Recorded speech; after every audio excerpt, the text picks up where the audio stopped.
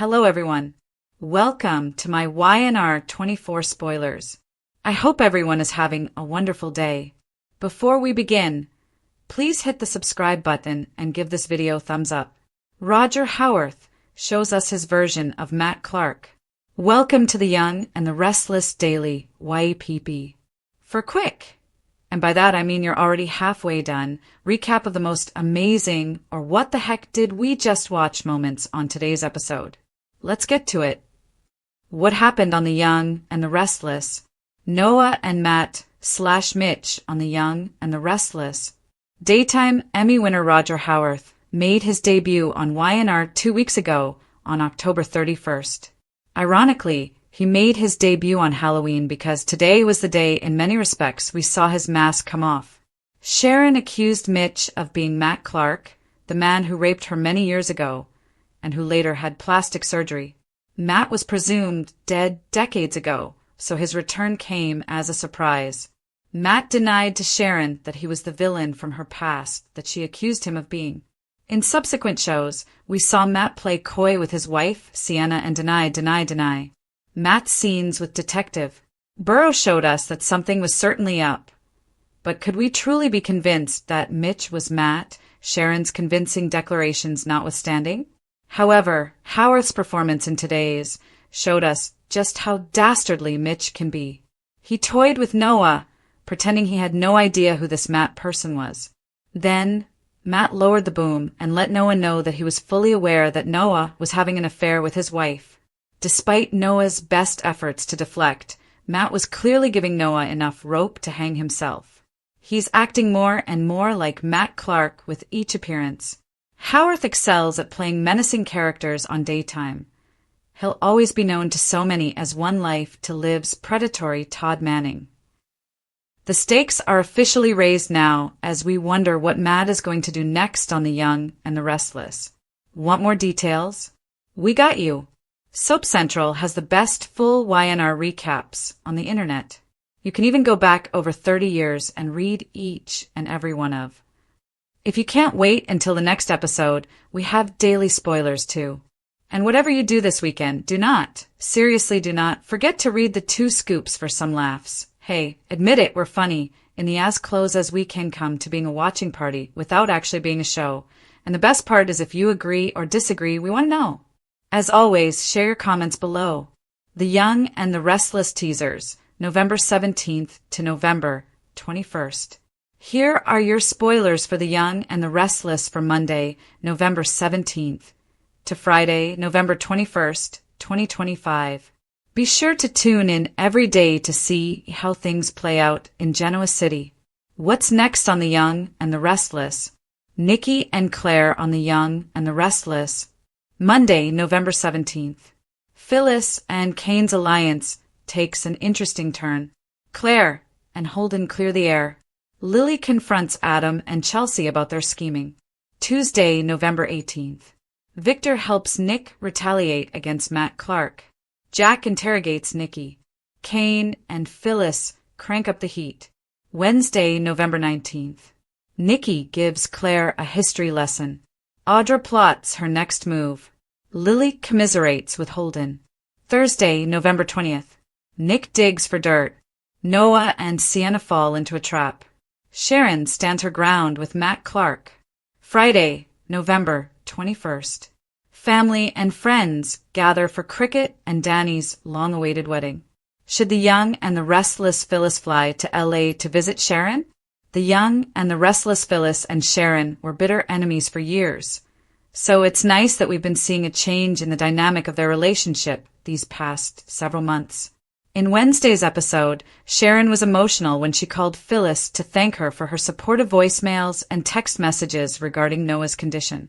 Should Phyllis go the extra mile and make a trip to LA to visit Sharon and lend in-person support to her new friend?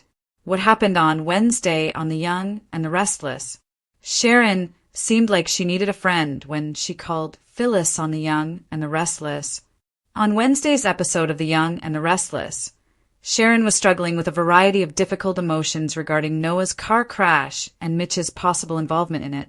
She is still shocked to learn that Mitch is actually Matt Clark, the man who raped her more than 2 decades ago.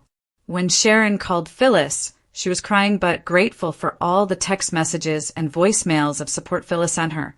Sharon left Phyllis an emotional voicemail, lingering for a minute or two, as though she wanted to say more.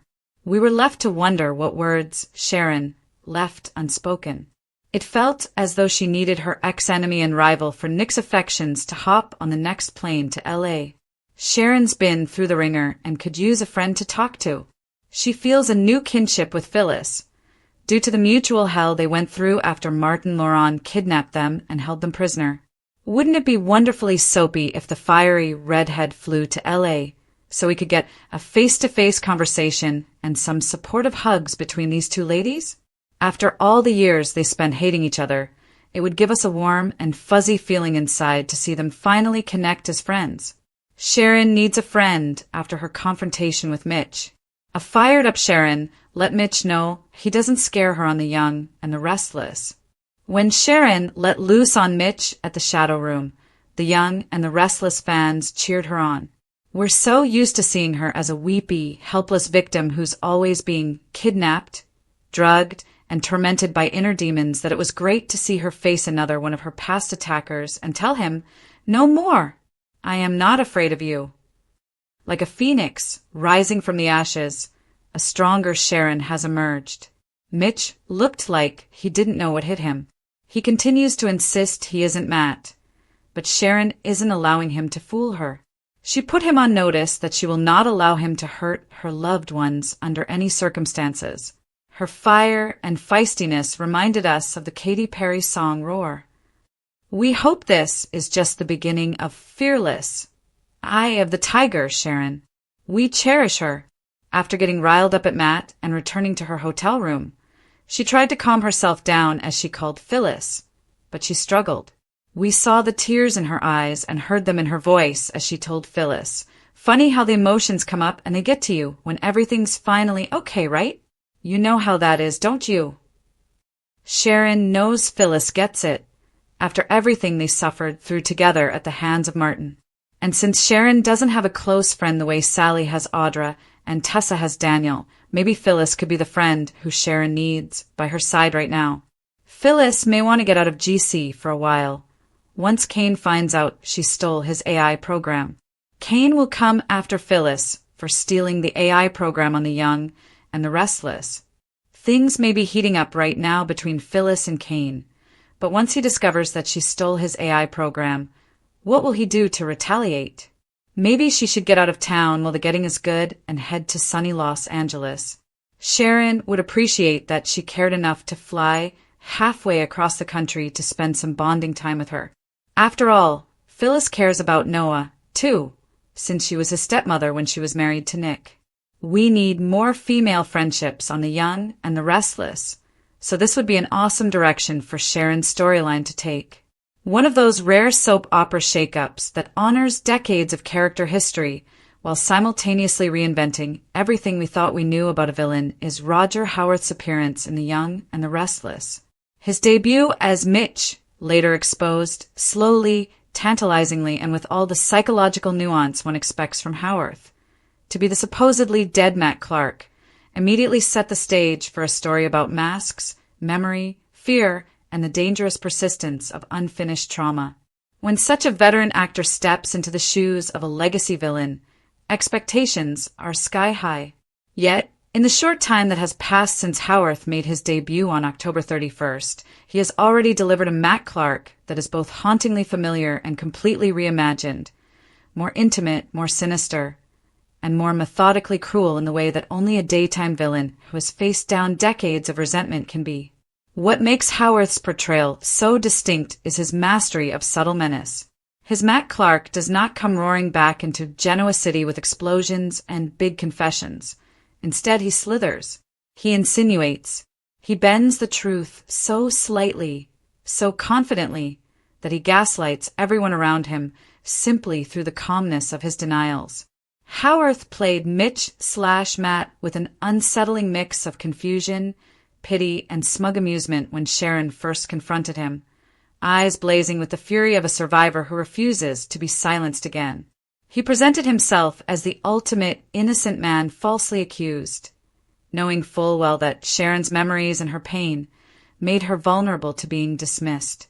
It was a great early example of Howarth's ability to layer emotional tones.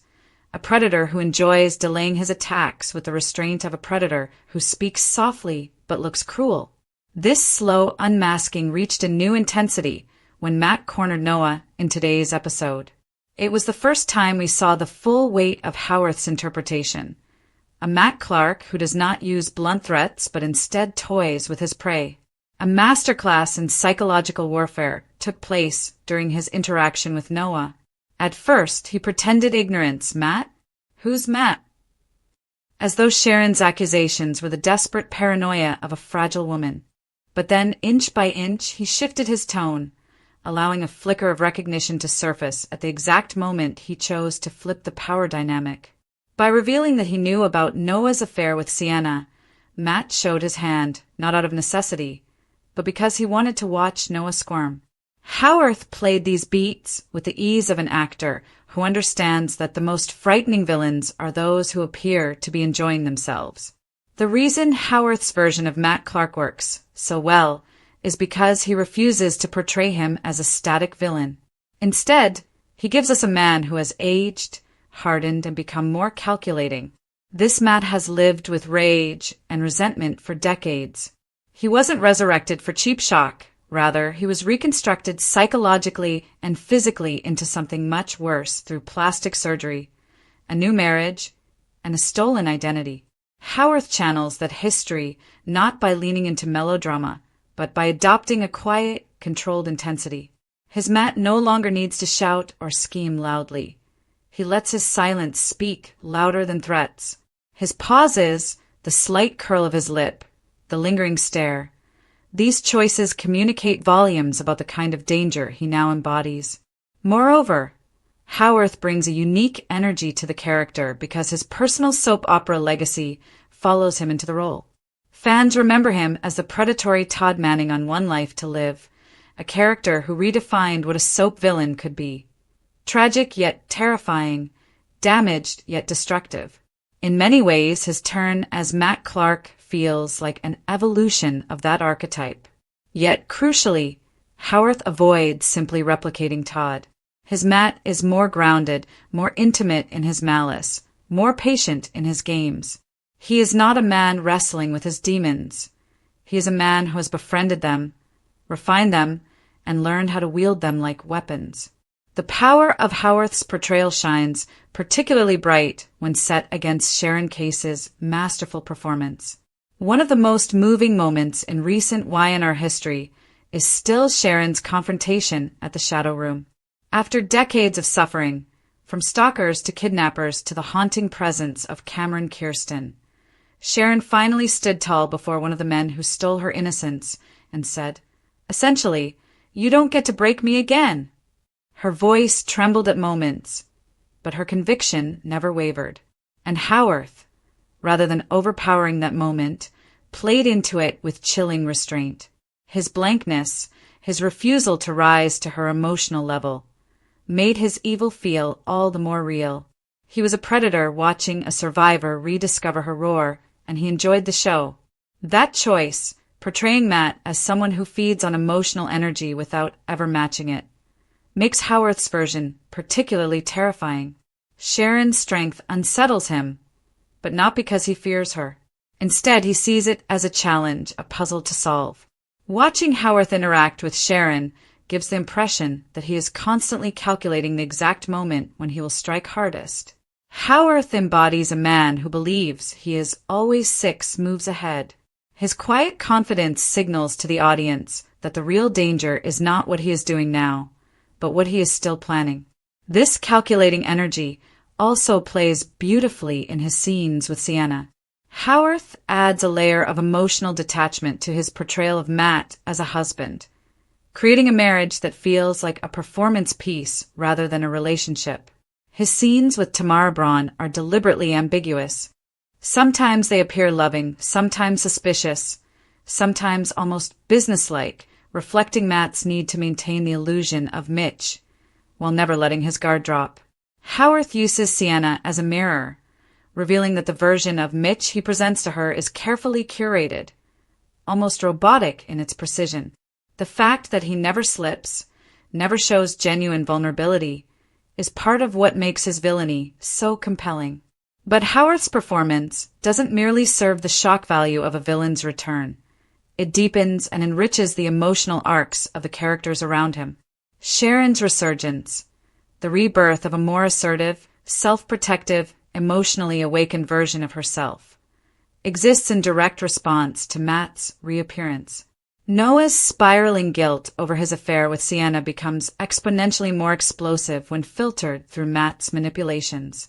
Nick's upcoming retaliation promises not only a father's fury, but the reopening of a decades-old rivalry. Even secondary characters like Detective Burrow suddenly feel more alive, more central, when placed beside Howarth's simmering menace. What truly elevates Howarth's interpretation is how organically it fits into the current YNR landscape. The show has spent the past year exploring themes of identity, deception, psychological trauma, and moral ambiguity. Matt's storyline intersects with all of them. His resurfacing forces Sharon to re-examine her past, Noah to confront his guilt, Sienna to question her marriage, Nick to revisit his history with Sharon, and the entire Newman family to brace themselves for a fresh onslaught of secrets and danger. Howarth steps into this web like a spider who has known its layout for years, allowing the other characters' stories to tangle around him.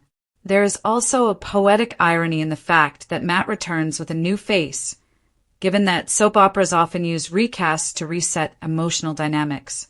Here, the plastic surgery twist isn't just a plot device, it is a metaphor. This Matt is not meant to be the same man Sharon remembers. He is worse. He is evolved. He is someone whose very identity has become a weapon. And Howarth leans into that symbolism with precision. His eyes betray the old Matt, the one who hurt Sharon decades ago, but the rest of him exudes a colder, more modern menace. It's as if Matt Clark has been reborn into a world that suits him better. Howarth's commitment to character work is perhaps most visible in the small, easily overlooked moments. The way he tilts his head when someone challenges him, the calculated pauses he inserts before answering a question, the near imperceptible smirk when a character stumbles into one of his traps. These gestures build a portrait of a man who derives pleasure not from chaos itself, but from controlling it. His version of Matt Clark does not lash out impulsively, he orchestrates. Every expression hints at a secret agenda. Every line carries double meaning. It is acting that rewards close attention. And yet, for all the villainy, Howarth brings charisma to Matt. A charisma that is dangerous precisely because it is alluring. This is the hallmark of a seasoned soap actor. The ability to make even the darkest characters irresistible to watch. His Matt is not a mustache-twirling caricature, but a complex, seductive menace whose charm makes him even more dangerous. When he speaks calmly to Noah, there is almost a gentleness to his tone, so disarming that you momentarily forget the threat underneath. When he reassures Sienna, he does so with a softness that hints at nothing but care, yet feels hollow, like the echo of real affection rather than the thing itself.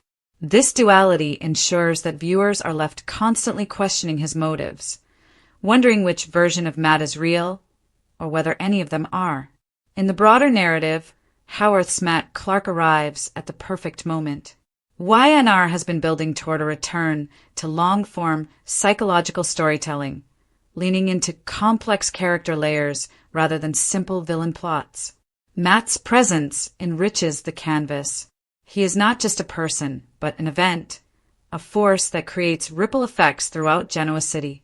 And Howarth's performance ensures that these ripples are felt in every storyline his character touches.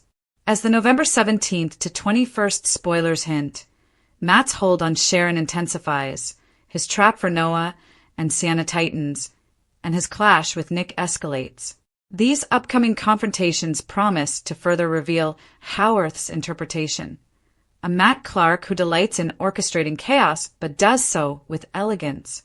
And when Sharon stands her ground with him later in the week, the emotional stakes promise to skyrocket even more. Their dynamic, survivor versus predator, past versus present, may well become one of the defining storylines of the current YNR era. Ultimately, Roger Howarth's version of Matt Clark succeeds because it honors history while expanding it. He doesn't change the character we remember. Rather, he makes him more real. He turns Matt from a simple villain into a multifaceted force of psychological tension. His performance elevates everyone around him, enriching the emotional and narrative fabric of the show. And most importantly, he gives viewers something they crave, a villain whose presence is felt even when he isn't speaking, a shadow who brings out both fear and strength in every character he touches. In just 2 weeks, Howarth has reinvented Matt Clark, not as a returning threat, but as a fully reconstructed figure, more dangerous, more deliberate, and more compelling than ever. His version is the kind of villain who doesn't merely terrorize the characters on screen. He captivates the audience, inviting us to lean closer, watch carefully, and wonder just how far he is willing to go. And if today's episode is any indication, the answer is simple: as far as he wants.